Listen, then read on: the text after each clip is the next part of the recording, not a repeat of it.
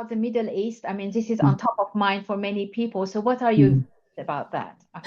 So I've just been in New York around the events at the General Assembly, the 79th General Assembly High Level Week, as I think a number of people have noticed.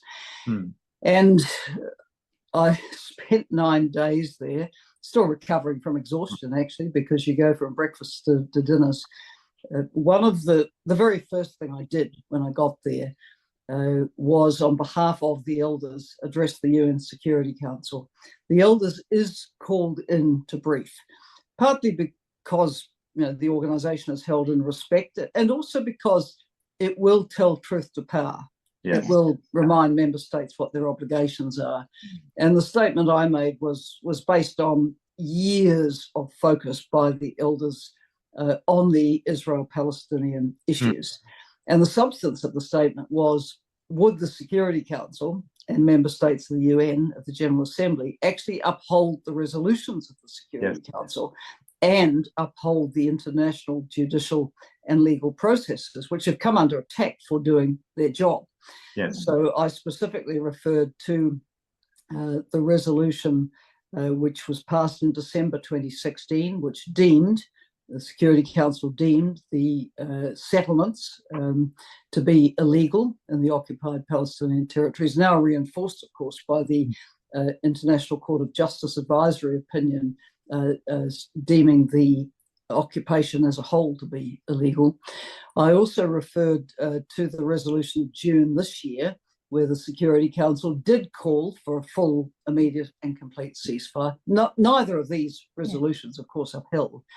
And then with respect to the International Court of Justice, it made a number of provisional measures and rulings going back earlier this year in response to the South African case, not observed the rulings that it made. And then, of course, we have the process underway with the International Criminal Court, where the prosecutor has asked for indictments against named individuals from both Israel and Hamas. And the ICC came under serious attack for even asking for that. Right. So our message was respect international law and institutions and processes. Otherwise, we're all doomed. Yes. And you often hear New Zealand politicians talking about the international rule of law. Well, unfortunately, just about every state on earth is very selective in how it upholds it. And we need to get in behind our international court, our international criminal court, and the Security Council resolutions, and try to use them to make a better outcome. Yeah, just on that, I think surely for a smaller country like New Zealand, we have more interest. We have of these systems working. Of course, bigger countries can try and take exception in certain cases because they have the means to do so. But smaller and medium-sized countries should be great advocates of the system.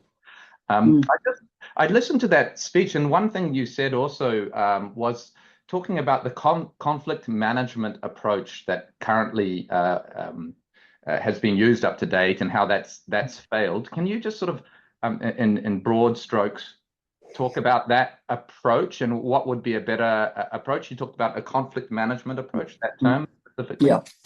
So the reality is that up until now, and maybe going forward, sadly, the UN processes have had almost no influence on the relations between Israel and the Palestinians, despite resolutions and fine words.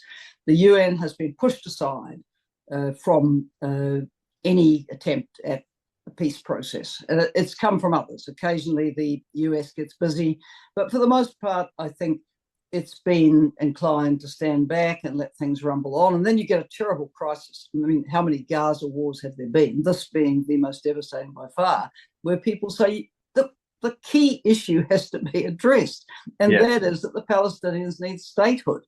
And so stop trying to manage conflict at a low level. And it's not now at a low level. It's at sort of red peak heat, and start to look for the processes that will lead to resolution. This can't be managed as a conflict. It's out of control.